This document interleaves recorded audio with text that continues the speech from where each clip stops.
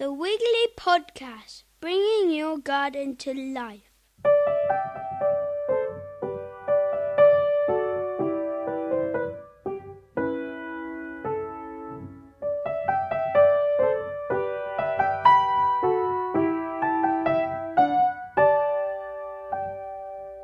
Do you know we're on podcast 162? 162 times I've sat with you on this sofa, Rich. Well, no, not exactly. I think there have been a few occasions where we've been separated from one another. No. You don't remember? My goodness. Oh, we started well. Michael's off already. Anyway, I'm Heather from Wiggly Wigglers, and I'm sat on a different Wiggly sofa, and I'm joined today by Richard from Wiggly Wigglers. And Rachel from Wiggly Wigglers. Woo woo. It's in an almost warm room. It's not quite warm though, is it? Well, not entirely warm. I mean, Phil is even frugal with his logs that they've come from a tree that fell down in a field about 400 yards away. He's still managing to ration the logs to those. Well, it does, but only there comes a point where you have to think wood heat, not wood partial heat, sort of semi-misery kind of icicles in the room. Sort of. He's been in to turn our wood burner down. Picture the scene, dear listener. Usually we're in the red room, and today we're in the yellow room. And so we're in front of the wood burner, and he's come in and he's actually turned it down. Rachel's just warming her nether regions on the wood burner. Derriere. And today we're going to talk about Richard's owl, or not. And we're going to go out to the field with Farmer Phil, who's been drilling in the ice and the cold. Well, actually, Kevin has. Farmer Phil has been watching from his bedroom. Right. So again, more fibs from Phil. So again, more pretend. What, so that he can give a running commentary? He's tucked up with his stripy pyjamas, his little nightcap, and his mittens. I can imagine his little white belly poking out from underneath his. We really don't want to know about the Orange's nighttime habit. And he just goes to the window every now and again, puts his little fingers on the panes of glass with the ice and says, "Oh, there goes Kevin again. Up and down he goes." Yeah. Is he paying Kevin double time to go out there in the night? I don't go into that. In fact, when Phil listens to this, he'll wince at those very words. Double time? He won't know what that is. He won't even know what it means. No, that's right. Listen, you've been out listening to owls, I understand, Richard. We'd like to hear that, please, next on the Wiggly Podcast. Well, here we go, Richard, with the owls. Slight problem there. Every night I go, when I put the hens away, because there's one group of chickens that we're fattening up that always have this propensity to stay out right up until dark, and they're there poking their heads out. And sometimes you have to sneak up to them and quickly run up to the shed and shut them in before they have a chance to run out again. How long does it take to fatten chickens? Well, I think we'll be eating the first couple of ours at 20 weeks, purely because we're having 2 cockles for Christmas dinner. And, so are you going to kill them? Yes, yeah. With your bare hands? Yeah, 2 days before. And then really? cook them and then, I'll have them for Christmas lunch. When you've done that, will you come around and kill the pheasant in my garden? I'd be perfectly happy to do that. Well, you sort of employ me as a kind of hitman, basically. Even the cat is scared of him. Contract killer. Even the cat is scared of him. He struts around on all the vegetable beds and the grass, and the cat moves out of the way. Hang on, I don't think you can say on the Wiggly Podcast. I think we use the words pooping. Don't we, darlings? Pooping we use. Anyway, the decorum. The cock pheasant poops. Why is Farmer Phil waving at the window? He's gone now. Oh, it's his impression of a blue tit.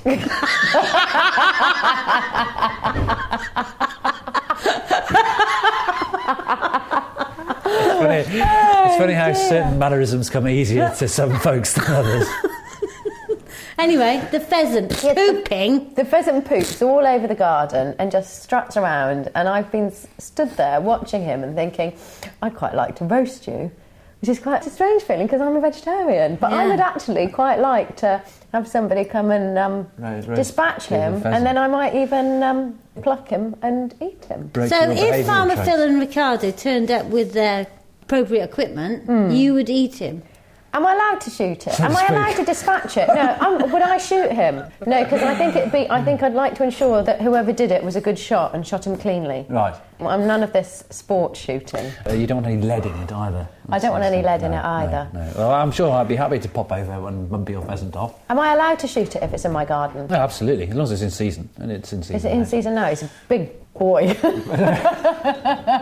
say another word that I think I'm not allowed to use. Good. Oh, it's the blue tit. Fire! No, only joking. What are you doing, Father Phil? You've been waving at the window. I know. It was to say that I couldn't resist all your company because we had a site meeting and Kevin has decided that if I plough anymore, he can't do it. So that I don't need to plough anything today. So we explained to the dear listener all about how busy you had been drilling. Well, we have been trying. I don't say we've achieved a lot, but we have been trying. We explained how it's Kevin who's been out in the middle of the night and you've been watching him from your bedroom. In your wee willy winky costume. And we've forgotten part of the image, and of course his cravat. It's cravat. But you have to remember that I have the stress of worrying about him out at night all on his own in the woods. Of course you do. Yes. Is he drilling in the woods? The fields that we're at are away from home, so they're in between the woods, so it's all dark. And Order. Back to Richard is shutting in the chickens. Oh, okay. So it's like at that time of night, at this time of year, all the owls come out to play, all the tawny owls, you know. And there's a kind of window. And probably every night I think, I wish I had my iPod on me now so I could record these. Anyway, last night I went into the back kitchen and I started to fillet cod. And I could hear the owls outside. I thought, right, so I shot outside. And honestly, I put together a piece. And when I'm doing this, it's going through my mind all the time that Michael is going to listen to this first and is going to be, or at least part of my plan is to make Michael impressed, because one of the few people that I actually enjoy compliments from are Michael, because I really appreciate that it's utterly genuine, because, you know, that's the way it is. Tony, I'm putting this Attenborough-esque piece of owls communicating to one another. To-woo. Quite literally like that, and a few other little screeches and squirts. So what happened? Looked down the iPod, it was on hold. Loser. You're a fine one to talk. Tell us about tawny owls then. What's the score on them? What I fully intend to do is now I've made a major cock up. It's the next couple of evenings, certainly over the weekend, is I'm going to get a nice soundbite of these guys when they come out to play. And I think they're particularly vocal at this time of year because they're sort of setting out their territories as well, some sort of younger birds setting out their territories. But they come out, I suppose they've been asleep all day, and of course it's a bit like the reverse of a dawn chorus, really. You know, they'll it's a cockerel call. I've got a question for you, Rich. So tawny owls go to-it, to-woo, as they have been doing, and you are right, they've been doing a lot of to-it, to-wooing. Yeah. So what noise does a barn owl make, doesn't it? Can I just comment on the to-it, to-woo thing first? Because my mum says that it's not the same bird that goes to-it, to-woo. One of them goes to-it, and then the other one goes to-woo. We've had this conversation before. Have we? In fact, it's both. Some birds go to-it, to-woo, and others will go twit, and the others will go to-woo. So they will quite literally, as we do, constantly finish each other's sentences off. So yeah, you're right on both counts there. But going back to Phil's query, barn owls make a sort of screeching sound. But they're not described as a screech owl. A screech owl is a different thing. Well, screech owls, I don't know, it's a funny thing, because when I was a kid, my influences would refer to little owls as screech owls. You tend to get quite a lot of those in Herefordshire, or used to in the orchards and whatnot. But barn owls, you can tell when there's a barn owl coming because you can hear it, and often when you're fishing just on the edge of darkness in the summertime, you'll hear a barn owl before you see it, and you'll literally hear it, and you'll look up and it'll just be sort of wafting over its head. But I did see a barn owl on the way across Bradwell-on-Sea on Wednesday morning at crack of dawn. Ours are about. I've seen 2 or 3 this year so far. Yeah. Can you do a barn owl impression then, seeing as we've had a tawny owl impression? I can't do that. That's the door opening. That's a turkey. To let it That's a turkey. Oh. Because I can do another owl impression. Have you ever heard a Scops owl? A Scopes owl, yes. Yeah. Is it Scopes? Scopes, yeah. Scops owl. Tiny little things, aren't they? Are those the ones that have the little bits that poke up like little horns? No. What's that? That's That's a long-eared devil. owl. That's a little devil. Anyway, Scots owls are really tiny, and we used to hear them when I lived in the south of Spain, and they would make a noise that sounded like a submarine, and they'd call to each other across the valley and go boop, boop, boop, just like that. Fantastic. Lovely noise. And then the periscope would appear. Exactly. That's right. Listen, how do we attract owls to our place? Because it would be ridiculous for somebody to put up an owl box, would it, in a garden? Or perfectly practical? Certainly out of the owls, I think little owls and tawny owls are more prone to adopting nest boxes in the first year that they've been put up than barn owls. Barn owls usually take a little bit longer. They do inhabit boxes, certainly, but they take a little bit longer to use them. But all owls are quite happy to It's set a big up home job, in though, isn't it? I mean, you've got to have a big tree, and you've got to have a big, long ladder. Yeah, well, it depends what you get. If you get one of those starling owl boxes, right, for a little owl, then that's relatively easy to put up. Tawny owl nest boxes are essentially tubes, which again are slightly more difficult than little owl box, starling box to put up because they're kind of longer and whatnot, and you need to strap them to a branch that's usually at sort of right angles from the main trunk. But the worst thing is the barn owl nest box, which is a bit like putting up a small house. Semi-detached.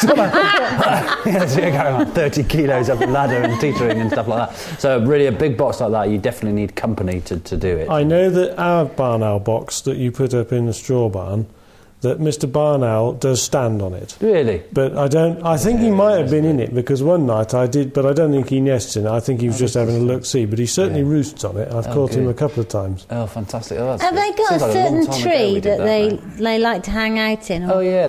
The classic example of that is, Woolhope, a little village just a couple of miles away from where I live. If you follow the track from Fownhope to Woolhope, I hadn't seen it there recently, but at least for a couple of years, there was a fantastic barn owl that used to just sit in the cleft of a pollarded willow, and literally you'd go driving along or walking along to the pub, and you'd see him in there, and he'd be there. You could almost guarantee that it was going to be there looking at you when you walk past. Why do we always see barn owls along the side of roads? Because they hunt rodents a lot.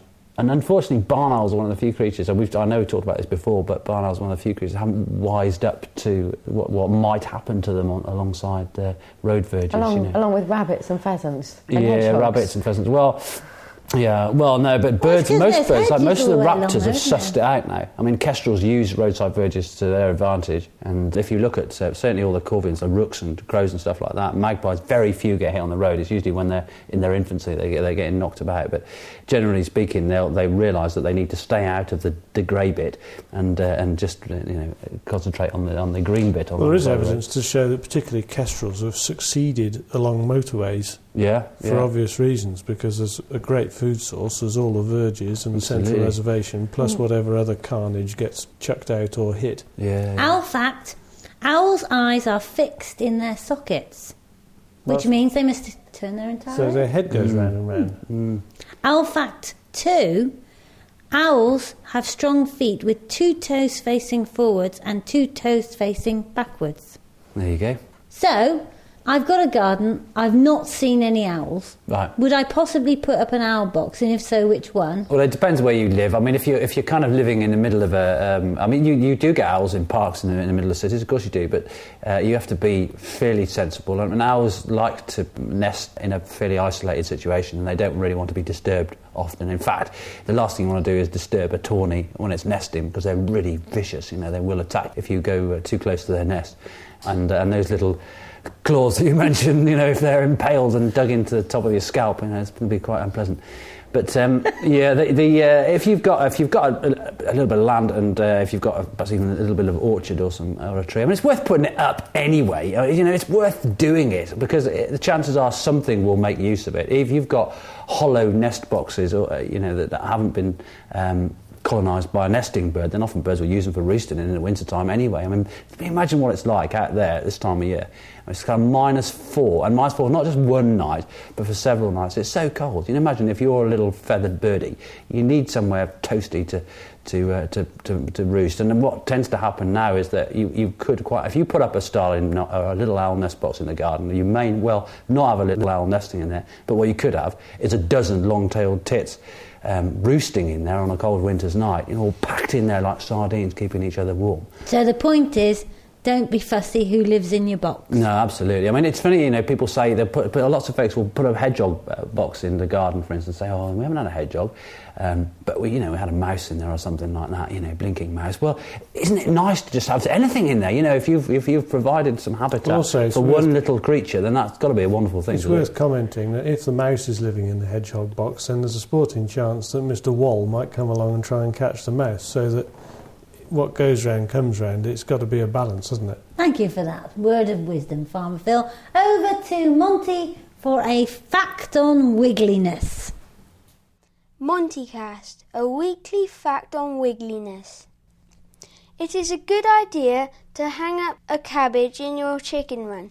The hens can peck at it to help prevent them getting bored.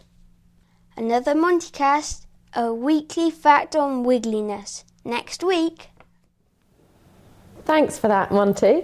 So what were you two doing in the corner of the field then? Icy drilling, of course. Okay, so what's icy drilling? And more importantly, why do you do it at night time? Leading question, isn't it? The reason that we're struggling along with icy drilling is that because the ground was wet during the summer and is even more wet now, when it's not frozen, it's just mud or close to it. So that when it's frozen at night, it's hard enough to carry the kit. Well, actually, it creates quite a nice soil structure, but without paddling it down into this muddy mush. But you can only do it when it's frozen. As the frost comes out, it becomes too sticky, and it's actually worse then than when it's wet. But while it's frozen, it goes. So the idea is that I plough it in the day, and that creates the structure, and then it freezes it as near solid as makes no odds, certainly enough to get on top, and then we drill it. Here we go, let's have a listen. Well, Farmer Phil, it is nearly Christmas, so I suppose it's fair enough that I have my orange and cream stripy scarf, which is actually longer than myself, on. That's not saying much, though, is it? About the length of the scarf. Oh, I see. Anyway, we're wrapped up warm and we're out in... What field is this called? Tank field, this is. Tank field. Is it because there was a tank in it? Yes. It used to be where the diesel tanks were. Oh, I thought you meant like an army tank. No, years ago when the yeomans farmed here, and sadly Bill died last week, where we're standing now, they had all their diesel tanks to fuel the tractors and the lorries, because they ran quite a big sheep dealing business which involved lorries going up and down the country, and this was where the diesel tanks were, and hence the name Tank Field. Any residue? Not that you can tell. I think the reason it's got a modern name is because the field, it was several fields years and years ago. If you look at even sort of in the 60s, the aerial pictures show that there were hedges in completely different places to where they are now. You haven't been ripping them out, have you? Not me. Right. Now I can see some little green, I suppose it's a crop, just peeking its little head out of the earth. What's happened here? It looks a bit of a mess, to be honest. Well, actually, this is a field of min-tilled wheat, and I'm quite pleased with it, actually. Oh, good. It's a bit late, and they're very cold little wheat plants, but they're all there. And the reason it looks a bit of a mess is because there's the trash of the previous crop mixed into the surface layer, and there's a mulch. A mulch, indeed, and there's a little bit of flooding, which is another consequence I've found of the min-tilling that we've done, that the rain doesn't drain through it quite as willingly as it does through a ploughed field. So min-till is, you finish the other crop, you don't plough it, you just put another one inside so you don't disturb the earthworms. Covers an awful lot of sin, so that what we did was that we just disked the top 2 or 3 inches of the field after a crop of peas, and then we drilled into the result. So it was as simple as that. It wasn't ploughed. We just mix up any crop residue, bits of stubble and so on in the top few inches, and then we drill straight into the result, and that's what you've got here, and then roll it in. Now, what have you been doing in this icy weather? Because I know it's been pretty difficult because you're still ploughing. You've become plougher Phil, not farmer Phil. Well, the trouble is that because we started with the soil wet in the summer, every time it rains, it's then very wet, so that it's never been dry. And so that planting has been extremely slow, and of course when it's actually too wet to plant, we can't. And one of the things we've been doing this last week or 10 days is that Kev has, very laudably I reckon, been out at night drilling when it's frozen, so that the frost is carrying the machinery. We can drill into the soil without damaging it, and then he stops during the day when it thaws and it goes all sticky as the frost comes out of it. So he goes off home to have a sleep and then has another go when the frost comes back at night.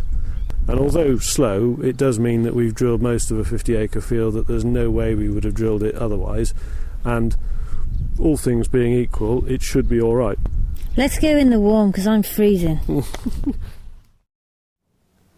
And that makes me think about gardening and frost and soils, because a good hard frost is supposed to be quite good for breaking up all those clumps of earth in your garden as well, isn't it, Richard? It is. Good for Swedes.